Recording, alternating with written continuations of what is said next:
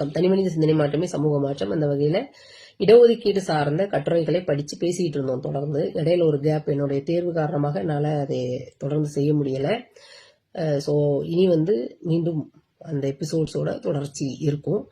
So இந்த கட்டுரைகள் எல்லாமே முரசொலி நாளிதழில் எல்லாருக்கும் எல்லாம் அப்படிங்கிற பகுதியில் தோழர் விஜயபாஸ்கர் எழுதி வெளிவந்த கட்டுரைகள். 58 கட்டுரைகள் அதில் இருக்கு. இ பேப்பர்ல போய் எல்லாருக்கும் எல்லாம் எடுத்தீங்கன்னா அதில் எல்லா கட்டுரைகளும் வரும். ஸோ அந்த கட்டுரைகள் அப்படி படிக்கிறவங்க ரொம்ப நல்லது, ரொம்ப மகிழ்ச்சி. படிக்காதவங்களுக்காக படிக்கிறதுக்கு வாசிக்கிறதுக்கு எனக்கு பிடிக்காது, வாசிக்க மாட்டேன் அப்படின்னு இருக்கிறவங்க நிறைய பேர் இருக்காங்க, நம்ம பார்க்குறோம். ஸோ அவங்களுக்கு இது பயனுள்ளதாக இருக்கலாம்.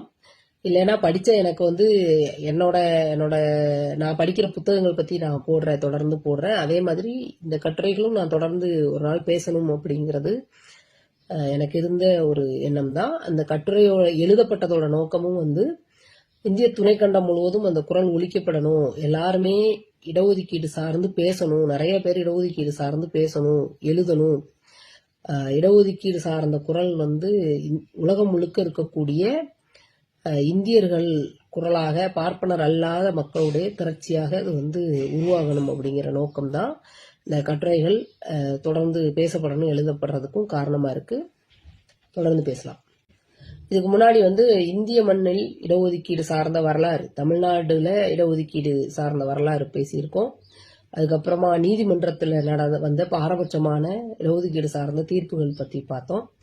ஸோ சென்னை மாகாண அரசுல வந்த சீர்திருத்தங்கள், அதற்கு பிறகு மகாராஷ்டிரால ஜோதிராவ் பூலே, அதுக்கு பிறகு சாகு மகராஜ், அண்ணல் அம்பேத்கர், இவங்களுடைய பங்களிப்பு இடஒதுக்கீடு சார்ந்து அங்க இருக்கக்கூடிய மக்களுடைய திரட்சி, பார்ப்பனியத்துக்கு எதிரான பார்ப்பனர் அல்லாத மக்களுடைய திரட்சி உருவாகுவதற்கு கல்வி, வேலைவாய்ப்பு உரிமை அப்படிங்கிறது எப்படி ஒரு காரணமாக இருந்தது, அதை பத்தி எல்லாம் தான் நம்ம பேசியிருந்தோம். இனி கேரள மண்ணில் இடஒதுக்கீடு வரலாறு தான் பேச போறோம். இந்தியாவில் இருக்கக்கூடிய பிற மாநிலங்கள் போலவே கேரளாவிலும் வரலாற்று ரீதியாக வரலாற்று காலத்துல தொடங்கி அதுக்கு பிறகு ஆங்கிலேயர்கள் ஆட்சி காலம் வரை பார்ப்பனர்கள் தான் உயர் பதவியில அதிகார மட்டத்துல தொடர்ந்து இருந்திருக்காங்க. 1814 வருஷம் ஜான் மன்றோ அப்படிங்கிற திருவிதாங்கூர் சமஸ்தானத்தினுடைய திவான் பதவி விலகும் போது அங்க ஒரு தெலுங்கு பார்ப்பனர் பதவிக்கு வர்றாரு. ஸோ இப்போ மலையாளிகள் மண்ணில் திருவிதாங்கூர்ல மலையாளிகளே இல்லாத மலையாளிகளாக இல்லாத பார்ப்பனர்கள் ஒரு 31,200 பேர் இருந்திருக்காங்க. மொத்த பாப்புலேஷன்ல 1.22% தான் இவங்களுடைய இருப்பு இருந்திருக்கு. ஆனா சமஸ்தானத்துல அரச பதவிகள்ல இவங்க தான் அதிகமா இருந்திருக்காங்க. ஸோ திவான்களாக இருந்தது முழுக்க மலையாளிகள் அல்லாத பார்ப்பனர்கள் அப்படின்னு சொல்லியிருக்காங்க. ஸோ 1877 வருஷம் அங்க ஒரே ஒரு நாயர் தான் இருந்திருக்கிறாரு. அந்த திருவிதாங்கூர் சமஸ்தானத்துல அரசு பதவியில ஒரே ஒரு நாயர் தான் இருந்திருக்கிறாரு.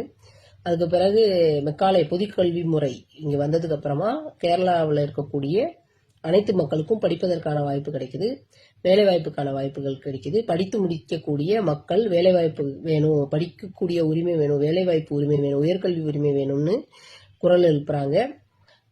நாயர்கள் எல்லாம் ஒருங்கிணைந்து திருவிதாங்கூரார்களுக்கே அப்படின்னு சொல்லி குரல் எழுப்புறாங்க.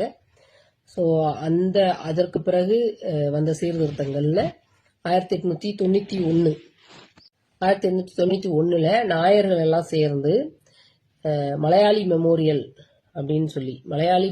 அப்படிங்கிற ஒரு மனு ரெடி பண்றாங்க. 10,034 கையெழுத்து வாங்கி அதாவது எல்லாத்துக்கும் பொதுக்கல்வி முறை பயின்ற எல்லாருக்குமே கல்வியிலும் உயர்கல்வி படிப்பதற்கும் வேலை வாய்ப்புலையும் அரசு சமஸ்தானத்துல இடம் வேணும்னு சொல்லி ஒரு 10,034 கையெழுத்து வாங்குறாங்க.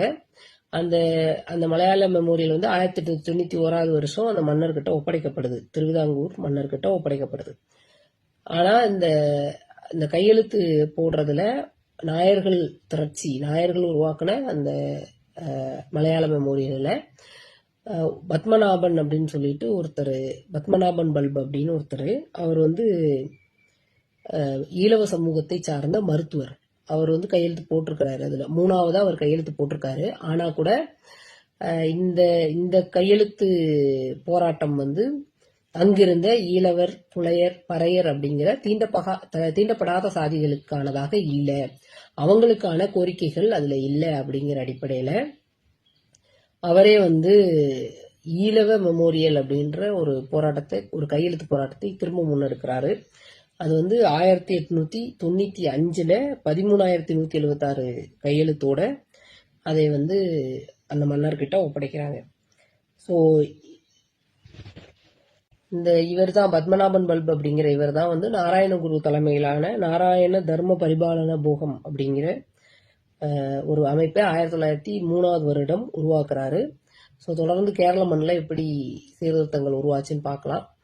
ஸோ இடஒதுக்கீடு சார்ந்த குரல் பொது கல்வி முறை வந்ததுக்கு அப்புறமா வேலைவாய்ப்பு கேட்டு கல்வியில் இடஒதுக்கீடு கேட்டு பார்ப்பனர் அல்லாத மக்களுடைய திரட்சியாகத்தான் எல்லா மாநிலத்திலையுமே உருவாகி இருக்கு. நன்றி, வணக்கம்.